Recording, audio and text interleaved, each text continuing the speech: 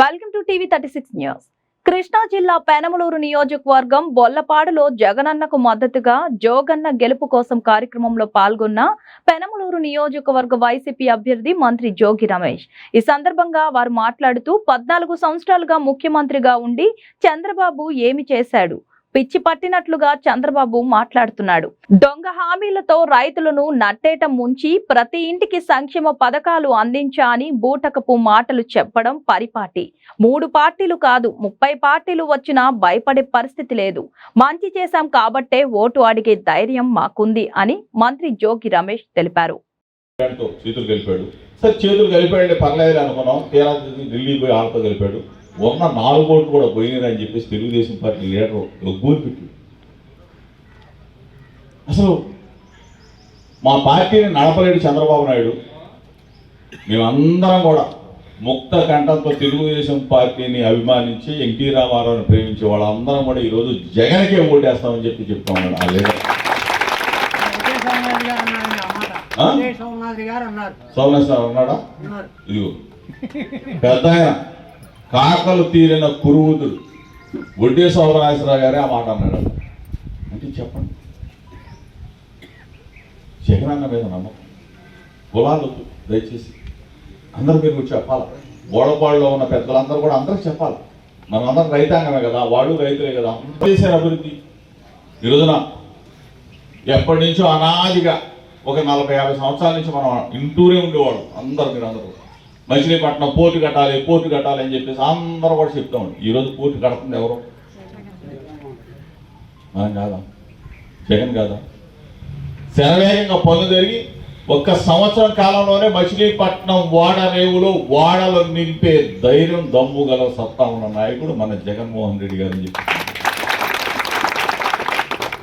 అక్కడ వాడలు వస్తే ఎగుమతులు దిగుమతులు మనకి వ్యవసాయ పరంగా కూడా మేలు జరుగుతుంది. మన పిల్లలకి ఉద్యోగ అవకాశాలు, చిన్న చిన్న పరిశ్రమలన్నీ కూడా ఇక్కడే వస్తాయి.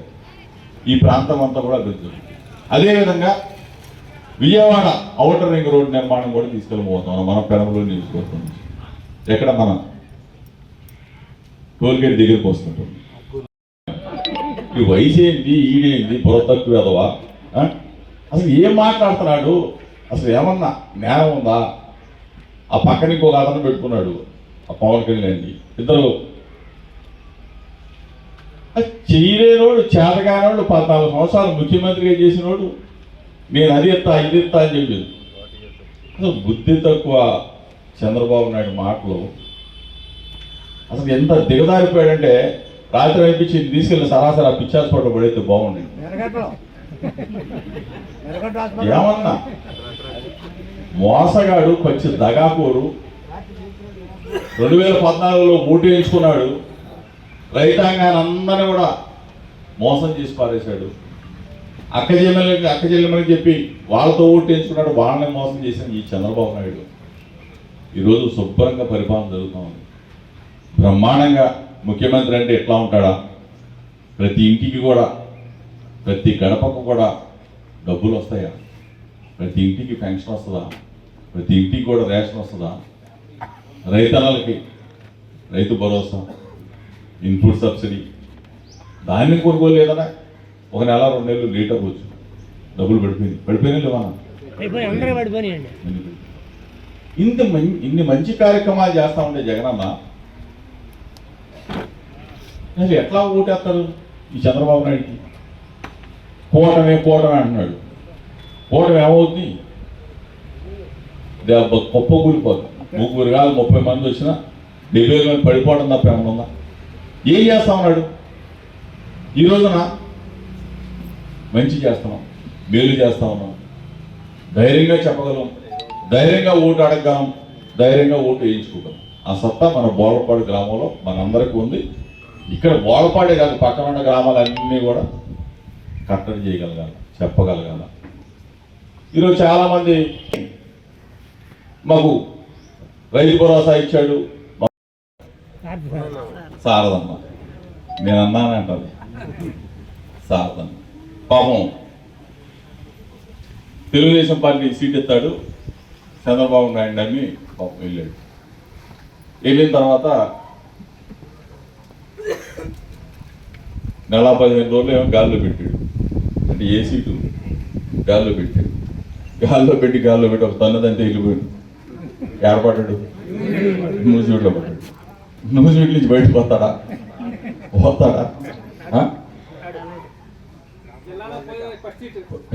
నేను అనకూడదు, మళ్ళీ బాధపడతాను.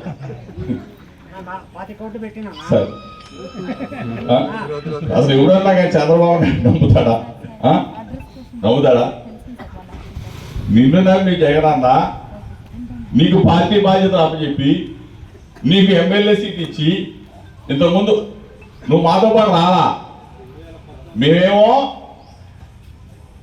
జగనన్న కోసం, వైఎస్ఆర్ కాంగ్రెస్ పార్టీ కోసం ఎమ్మెల్యే పదవిని సైతం త్యాగం చేసి వైఎస్ఆర్ కాంగ్రెస్ పార్టీ జెండా పట్టుకుని జగనన్న మేము 14 నెలల కాలం పాటు మా ఎమ్మెల్యే పదవే పోయింది.